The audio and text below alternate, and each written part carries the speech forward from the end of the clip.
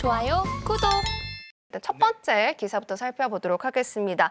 파월 의장이 계속해서 2%를 향한 우리는 더욱더 큰 자신감을 찾아야 된다라고 말했는데 어제 말한 발언에서는 그 자신감을 좀 찾은 듯한 모습인 것 같아요. 네. 시장도 조금은 좋게 해석을 하고 있는 것 같은데 마스터님 어떻게 보셨을까요?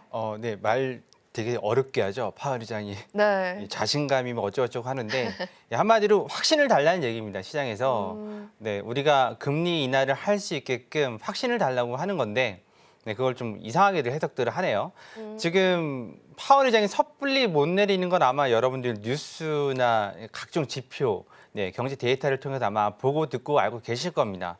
지금 만약에 내렸을 때 또 역사의 한 페이지에 본인이 꺼져가는 인플레이션의 그 불씨를 살렸다라는 오명을 남기기 싫으니까 그래서 항상 연준은 후행성으로 대처를 하는 그런 기관이죠. 앞서서 대처하지 않습니다. 항상 일이 터져야 대처를 하는 거니까 저 금리 인하 뭐 어쩌고저쩌고 이미 늦죠. 우리는 지금 시장이 왜 올라가고 있겠습니까?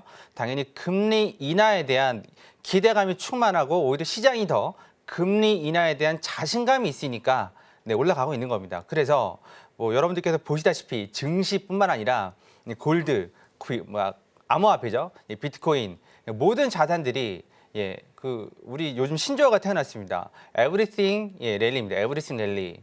랠리가 그냥 다 자산이라 그러면 다 일어납니다. 그래서 미국, 우리나라 같은 경우도 증시 대기 자금이 한 600조 원, 미국 같은 경우는 증시 대기 자금이 1경입니다. 1경. 거의 상대가 안 되죠. 600조 원, 6천조 원도 아니고 1경이 대기를 하고 있고 그런데 금리를 뭐 어떤 분들은 그러더라고요. 올리면 어떻게 절대 불가능합니다. 절대. 왜냐하면 지금 여러분께서 아시겠지만 미국이 그 글로벌 최대 빚쟁이거든요. 네, 34조 달러. 34조 달러면 우리나라 돈으로 4경 5천조, 4경 5천조죠. 4경 5천조. 상상이나 가십니까? 4경 5천조. 그 100일마다 얼마죠? 100일마다 거의 2조 원 정도? 2조 원, 우리나라 돈은 2조 원이 늘어납니다. 그러면 이게 천문학적인 건데 못 갚아요. 미국이 다시 건국이 돼도 못 갚습니다. 그러면 4경 5천조 원에 대한 이자는 얼마일까요? 네, 이자는 하루에 한 1조에서 2조 사이? 그 정도 이자가 나갑니다. 그럼 한 달, 1년이면 네. 거의 500조 가까이 이자가 나간다는 얘기거든요. 우리나라 한 해 예산을 이자로만 내고 있습니다. 그러면 금리를 올린다면요. 당연히 올라가겠죠, 이자가. 네. 그래서 100일마다 지금 늘어나는 그게 제가 기억을 했는데 그건 까먹었고 하여튼 그래서 4경 5천조 원 천문학적인 숫자입니다. 그래서 미국도 금리를 낮출 수밖에 없다. 하지만 포커페이스죠, 지금. 포커페이스로 시장 참여자들한테 쉽게 주진 않습니다. 그거를 언제 내린다는 걸. 근데 빨리 내리고 싶어 하죠. 왜냐하면 재원은 한정돼 있고 거기서 이자 내랴, 또 어디다 뭐 집행하랴, 또 뭐 하랴 하려면 돈이 없는 거죠. 그러니까 빨리 내리고 싶지만 그 결정을 지금 파월 의장 단독으로 하진 않겠죠, 당연히. 그래서 이 부분에 있어서 뭐 여러 가지 말은 있지만 금리는 무조건 내린다. 그럴 수밖에 없다. 그런 부분하고 파월이 그래서 지금 어쩔 수 없는 거죠, 상황이. 여러 가지 또 겹치죠. 선거 문제 겹치고 또 금리를 이대로 안 내리고 있다가 또 자기가 글로벌 경제를 망쳤다라는 그런 또 그걸 또 듣기 싫을 거 아니에요. 그러니까 지금 미디어를 통해서 우리 그 흔한 말로 간을 보는 겁니다. 간을 어떻게 생각해? 당신들은 어떻게 생각합니까?라고 이렇게 던지는 거죠 지금 부드러운 그 목소리로. 그 파월이 나와서 이번 주 그 하원하고 상원 의회 그 청문회라고 그러죠, 우리나라 말로는. 네. 청문회가 있었는데 다들 안 좋은 말 할 줄 알았거든요. 근데 안 좋은 말은커녕 오히려 그냥 간을 보는 듯한 좀 더 확신을 줘 그런 식으로 말을 했다라는 건 조만간 내리지 않을까. 네, 금리 인상은 글쎄요, 꿈도 꾸지 않는 게 좋을 것 같고 그렇다 그러면 금리 인하에 모두 베팅을 하고 있는데 그게 시기가 언제냐가 문제인 거지. 그래서 모든 자산들은 지금 다 랠리를 펼치고 있다. 네, 그렇게 돼 있고 뉴스에서 우리 앵커님 말씀하신 대로 그런 것들은 그 기저현상이라고 그러죠. 작년 대비 얼마. 오늘도 지표가 나왔습니다만 네. 희비가 엇갈리는 지표들이 좀 있어요. 그러니까 시장에서 어디 포인트를 둘 거냐에 따라서 그게 완전 달라집니다. 그렇기 때문에 여러분께서 그 파월 의장의 말 좀 이따가 설명드리고 JP 모건, 골드만삭스 이런 투자 기관들이 하는 말들은 그런갑다. 네, 그럼 그렇게 생각하시면 됩니다. 지금 골드도, 코인도 지금 이 난리가 나고 있는데, 뭐 금리가 올라갈 거야, 뭐 그렇게 생각하시면 안 됩니다. 네, 첫 번째는 이렇게 해서 좀 마감을 짓도록 하겠습니다. 그럼 마스터님께서 네. 말씀을 해주신 것처럼 지표가 좀 혼조로 좀 발표가 되고 있는 상황에서 어느 쪽에 초점을 맞춰야 되는지 그 부분이 굉장히 중요할 것 같다라고 말씀을 네. 해주셨는데 오늘만 하더라도 그냥 혼조로 발표가 됐잖아요. 네. 시장은 그럼 지금 상황에서는 어디에 좀 초점을 맞추고 있을까요? 실업률일까요? 아니면 고용지수에 초점을 맞추고 있을까요? 여러분들께서 하나 아셔야 되는 건 네. 실업률은 가장 후행하는 지표입니다. 그러니까 기업들이 안 좋아서 결국은 하다 안 되니까 사람을 해고시키는 거거든요. 예, 사람을 해고시킬 때는 조심하셔야 됩니다. 왜냐하면 이 인력이 다른 데로 가버리면 그것도 문제가 되고 또 하나는 경기가 좀 나아져서 숙련자가 필요한데 다시 뽑아서 가르치려고 그러면 시간이 걸리지 않습니까? 네. 그러다 보니까 해고는 제일 마지막에 일어난다고 보시면 됩니다. 한마디로 실업률 올라가네 이미 주가는 곤두박질 치고 있어요. 그러면 그 전에 나오는 건 뭐냐면 졸트 보고서죠. 졸트 보고서, 채용 공고. 또 그 전에 나오는 건 뭐냐면 단위 시간당 그 노동 비용이랑 그 단위 시간당 그 이루어지는 것들 그런 것들이 먼저 나오는데 시장이 어디에 포커스를 맞추냐를 좀 잘 보셔야 돼요. 그러니까 한마디로 지금 오늘은 잠깐 좀 지표 잠깐만 볼까요? 네. 여기 지금 화면을 펼쳐놨는데 네. 자 오늘은 만약 이게 이렇게 지금 발표가 나왔단 말이죠. 10시 반에 이렇게 발표가 나왔는데요. 이렇게 박스 친답니다. 지금 우리들이 관심이 있는 건 이거죠. 실업률 요거하고 그다음에 어디죠? 이거 취업자 건수 네. 이런 거에 관심이 있는데요. 실질적으로는 이게 더 중요할 수도 있습니다. 오히려 왜냐하면 평균 시간당 평균 임금, 시간당 평균 임금하고 시간당 평균 그러니까 시간당 노동 시간이죠. 노동 시간 여기잖아요. 여기 이 지표를 보는 데마다 위치가 달라가지고 네, 주당 근로 시간. 그러면 사람들이 기업들이 해고하기 전에는 네. 먼저 시간을 줄입니다. 근데 보시면 이게 지금 예상치하고 이전치하고 이렇게 좀 차이가 나는 부분들을 좀 보셔야 되는데 이게 데이터가 좀 업데이트가 안 되네요. 근데 이 부분하고 그다음에 여기 평균 임금, 시간당 평균 임금 이 부분이 더 중요할 수도 있습니다. 지금 상태에서는 실업률이 올라가고 내려가는 건 매주 체킹을 하는 거지 않습니까? 그런 부분보다는 한 달에 한 번 나오는 평균 뭐 주당 근로 시간 아니면 평균 임금, 시간당 평균 임금. 네, 일단 근로 시간이 줄면 당연히 급여는 줄겠죠? 근로 시간이 줄면 당연히 급여는 줍니다. 왜냐하면 우리나라야 한 달에 한 번 월급을 받지만 미국은 주당 주급제가 많이 있습니다. 그러면 근로 시간이 줄면 당연히 임금은 줄어드는 거니까 그렇게 되면 그 인플레이션이 낮아지는 효과를 낼 수 있습니다. 네, 그래서 실업률보다 전제되는 게 이거죠. 네, 평균 주당 근로 시간 그리고 시간당 평균 임금. 이 부분을 저는 작년부터 계속 강조를 해왔고 요즘은 좀 중요하게 좀 여기는 것 같습니다. 그래서 이 부분들 좀 참고를 하셔야 되는데 중요한 건 우리 앵커님께서 말씀하신 대로 어디에 비중을 둘 거냐 그건 내가 두면 안 됩니다. 항상. 저도 가끔 우리 노란톡방에 계신 분들하고 매매를 하다 보면 내가 갖고 있는 기준이 안 맞네 라고 해서 가끔 혼란이 올 때가 있거든요. 그러면 한 가지 아셔야 되는 건 모든 판단은 시장이 하는 겁니다. 시장이 이럼에도 불구하고 올라가면 따라가야 되는 거죠. 거기다 대고 매도 치고 있으면 안 되는 거죠.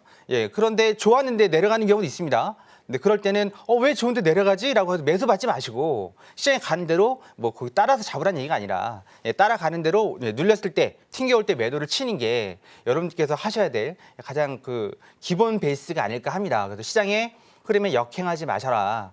그 말 꼭 드리고 싶네요. 그래서 이런 지표 보는 방법들은 노란톡방 들어오시면 상세하게 설명을 드리고 있고 또 그리고 노란톡방에서 함께 매매하실 때도 지표가 나올 때마다 이 지표를 해석을 해드리거든요. 이렇게 실시간으로 해석을 해드리는 전문가들은 많지 않습니다. 나중에 좀 이렇게 아침에 네이버 뭐 그런 쪽에서 나오면 그 말을 읊어주는 분들은 많이 있어도 실시간으로 뭐 10초 단위로 1, 2분 해석을 해드리는 분은 많지 않으니까 그런 부분들이 궁금하시면 노란톡방 들어오셔서 물어보시면 됩니다. 모르는 게 제가 아닙니다. 그거 모르고 나서 돈을 잃는 게 문제인 거지. 그 소중한 돈은 여러분들의 가족분들의 미래를 위해서 꼭 필요한 돈일 수도 있습니다. 네, 이렇게 해서 마무리하겠습니다.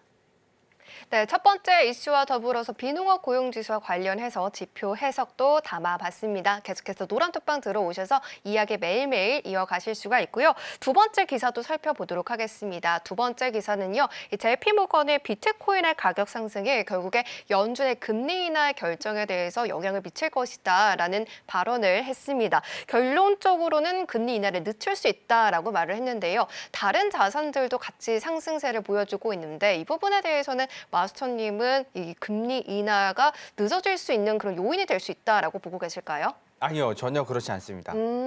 조심하셔야 되는 게 네. JP모건하고 골드만삭스를 조심하셔야 됩니다. 어. 네, 그 기관들이 네. 자선 단체가 아니지 않습니까? 그러면 이렇게 말을 하는 건 이렇게 말해서 우리 개미들이 흔들리거든요. 흔들려고 내보는 기사들이 되게 많이 있습니다. 쉽게 얘기해서 제가 기억이 잘 안 나는데 2021년도인가요?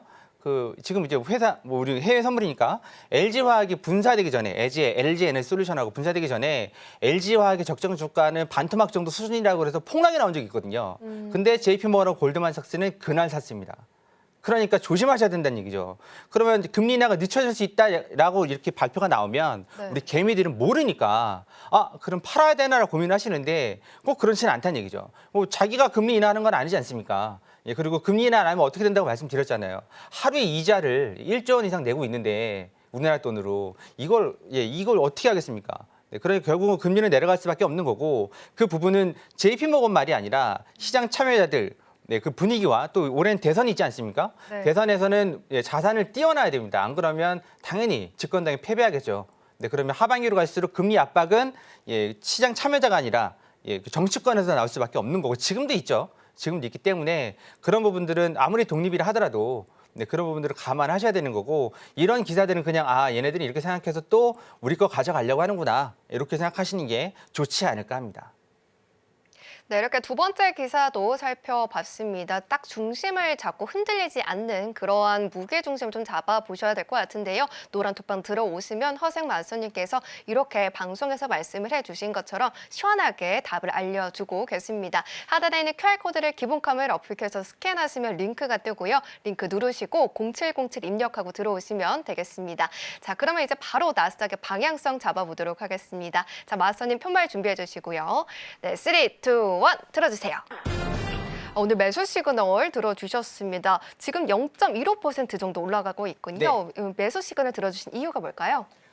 지금 전체적인 자산 분위기는 상승입니다. 네, 그리고 지표가 이렇게 네. 나왔다 하더라도 금리 인하 물 건너 갔네라는 그런 시그널이 오기 전까지는 조정이 나올 가능성이 큰 거지. 막 폭락이 나와가지고 그 블랙 먼데이 막 이런 그 상황이 벌어질 것 같지 않습니다. 그래서 일단 좀 떨어질 때마다 적정선에서 마디가에서 매수를 받아보시는 게 어떨까라고 해서 말씀드렸고 만약에 매수를 받는다면 차트를 좀 보도록 하죠. 잠깐. 네. 차트를 보시면 일봉을 보시면 이렇게 되어 있습니다. 이게 단순하게 이렇게 봤을 때는 좀 별거 아닌 것처럼 보이지만 이걸 쪼아서 이렇게 보면 엄청납니다. 지금 올라온 게. 여러분께서는 어떻게 보실지 모르겠지만 엄청나게 올라온 겁니다. 지금. 이게 올라와서 더 이상 갈 데도 없는 거죠. 이제 더 이상 위로밖에 갈 데가 없는 거죠. 밑으로 내려오는 거 말고. 이렇게 갈 수밖에 없는 거고 이거 말고 이제 우리 좀 디테일하게 보도록 하죠. 디테일하게 보면 이렇게 돼 있습니다. 이렇게 돼 있는데 이제 일목균형표가 표시가 돼 있잖아요. 그러면 이런 자리들이 지지 저항이 되는 거거든요. 이런 자리, 이런 자리죠. 이런 하단, 이런 자리들, 구름 상단 이런 자리들 지지가 되는 겁니다. 그리고 이 자리는 지금 조금 확대해서 보면 이 자리는 지금 핑크색 기준선 자리거든요. 기준선 자리에서 330, 340이 기준선 자리입니다. 기준선 자리니까 이런 자리하고 300자리하고 또 밑에 250이죠. 이렇게 내려왔을 때마다 일단 매수로 접근을 하셔서 단기 차익이든 아니면 추세가 나올 때는 밑에 있는 여기 ADX 보셔야죠. ADX, DMI 그래서 PDA 보시고 대응하시는 게 좋지 않을까 합니다. 이런 부분들은 월요일 날 무료 공개 방송이 있습니다. 이런 기법들 같은 경우에는 월요일 날 충분히 설명을 드리니까 여러분께서도 뭐 색깔만 구별하거나 아니면 진짜 나는 캔들만 볼 줄 알아. 그래도 다 하실 수 있습니다. 그리고 내가 잘 모르면 배우셔야 되는 거 아니겠습니까? 못 모르고 이렇게 덤비지 마시고 해외 선물 간단합니다. 위로 갈지 밑으로 갈지 예, 그런 부분만 판단할 수 있다면, 예측할 수 있다면 충분히 수익을 낼 수도 있는 거고, 내가 오늘 손실이 났다 하더라도 네, 그게 뭐 이틀, 3일, 일주일 거쳐서 회복이 아니라 바로 그 자리에서 회복도 가능한 거고, 예, 그렇기 때문에 여러분께서 해외 선물 제대로 아신다면 예, 이만큼 쉬운 게 없으니까 무료 공개 방송 들어오셔서 예, 궁금한 거 물어보시고 그다음 이런 기법들은 또 배워가시면 어떨까 합니다. 네, 이렇게 해서 마치겠습니다. 좋아요, 구독.